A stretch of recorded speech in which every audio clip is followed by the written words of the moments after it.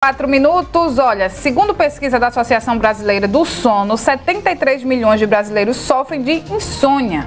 Nos últimos anos passou a ser uma doença constantemente estudada por especialistas. Vamos bater um papo, né, sobre insônia com o Dr. Emanuel Ribeiro na coluna Clínica da Cidade de hoje. Bom dia, Dr. Emanuel, seja bem-vindo.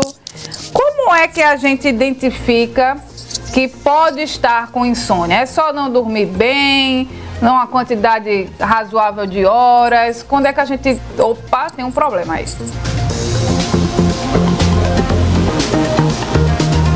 Doutor Emanuel, nos ouve?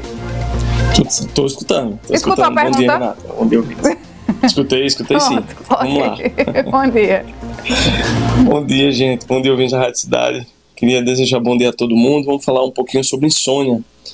É um distúrbio bem comum, né, que afeta várias pessoas e que afeta diretamente a qualidade de vida e o rendimento, principalmente o rendimento laboral das pessoas, correlacionado ao trabalho, tá? Então, assim, a insônia realmente ela tem um fator determinante em relação ao rendimento pela manhã do paciente. A gente vê muitas pessoas, né, com essa queixa, né, de dificuldade de raciocínio, lentidão, sem ritmo de trabalho, cansaço excessivo, sonolência durante o dia, principalmente pelas primeiras horas da manhã.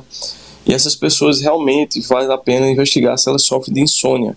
A insônia é um distúrbio bem frequente do sono, onde ele é deflagrado por vários fatores, Renata. Sobretudo pelo excesso de café durante o dia, pelo estresse, pela ansiedade, né, por refeições muito pesadas durante a noite. Então todos esses fatores podem afetar a sua noite de sono, de forma esporádica ou de forma crônica. E aí você precisa de uma investigação médica e de um diagnóstico preciso.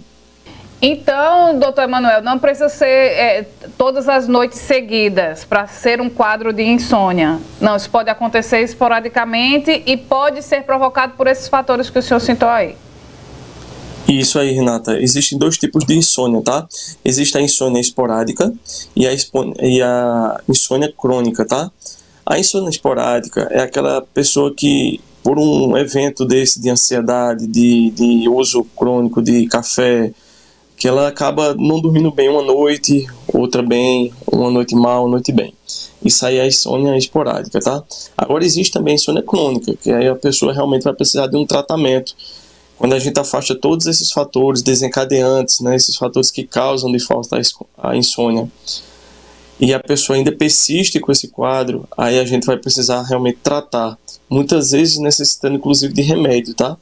Então a gente afastando esses fatores, não melhorou, a gente precisa de realmente um acompanhamento médico. Doutor Manuel, o senhor falou aí de fatores que podem causar a insônia, e o que a insônia pode causar na gente? Então, vamos lá. A insônia está muito correlacionada, Renata, com doenças neurológicas, né? A pessoa que não dorme bem, com certeza, ela está mais exposta a acometimentos de doenças cerebrais, como, por exemplo, doenças crônicas, Alzheimer.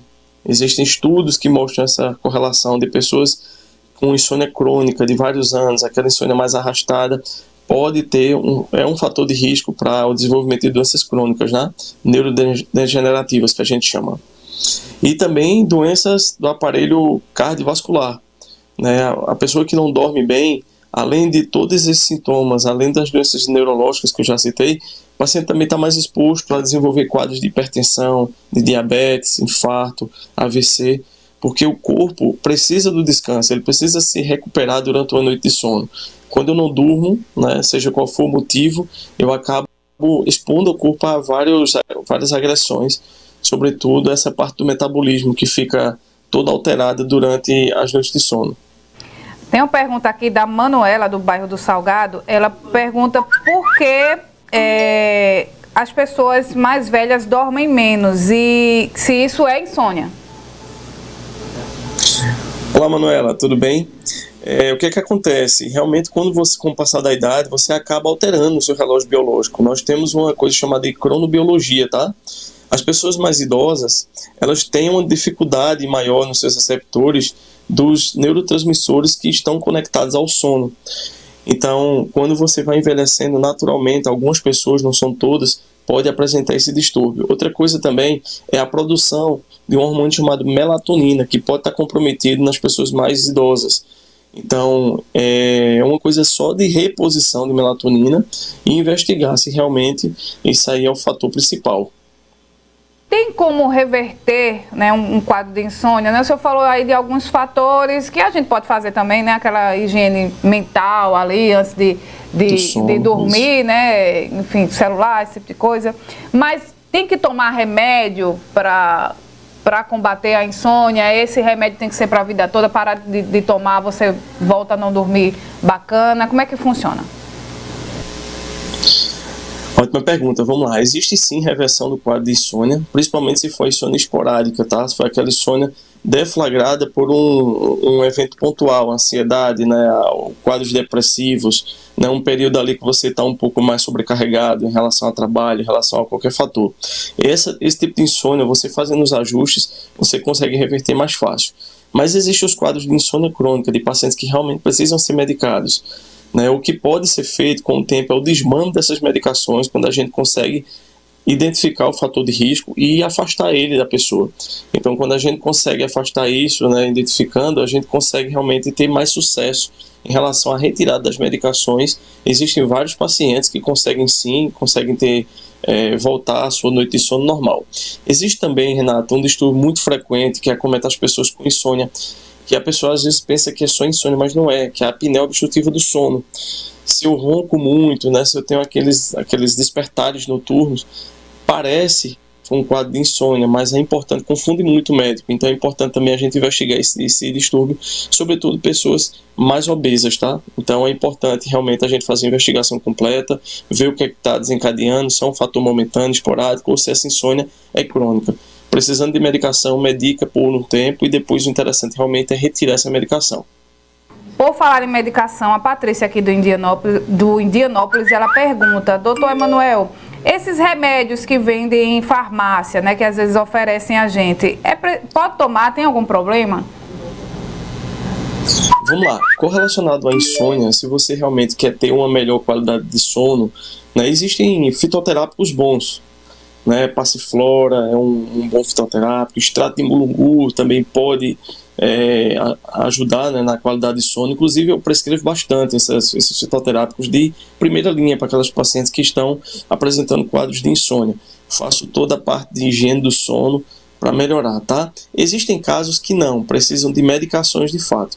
Essas medicações de uso restrito médico, eu aconselho que ninguém utilize, tá? Mesmo que seja oferecido ou que um parente está utilizando, porque elas causam dependência e pode ser muito complicada a retirada depois. Mas esses fitoterápicos, né, para melhorar o sono, se você realmente tem algum distúrbio de sono, não está dormindo bem, pode ser que sim, pode ser que te ajude sim. Para encerrar, doutor Manuel, quem é que fecha esse diagnóstico, né? Quando a pessoa, não, peraí, eu vou no médico, porque o negócio não são só os problemas do dia a dia, tem coisa mais grave impossibilitando que eu durma legal. Isso aí, Renato, outra pergunta. É importante que você passe por uma avaliação médica. Geralmente o médico psiquiatra ou o médico neurologista são os médicos que tratam esses distúrbios do sono, tá? Se tiver alguma coisa correlacionada com a parte respiratória, é importante também passar por uma avaliação do otorrinolaringologista ou do pneumologista. Eles estão assim, à frente realmente do manejo dessas doenças de caráter obstrutivo, tá? Então é importante realmente sempre procurar um médico para saber a opinião dele e não se automediquem. Perfeito. Obrigada, doutor Emanuel. Até semana que vem. Muito obrigado, gente. Fica com Deus todo mundo. Uma boa semana pra gente. Valeu. Esse foi o doutor Emanuel Ribeiro na coluna Clínica da Cidade de hoje.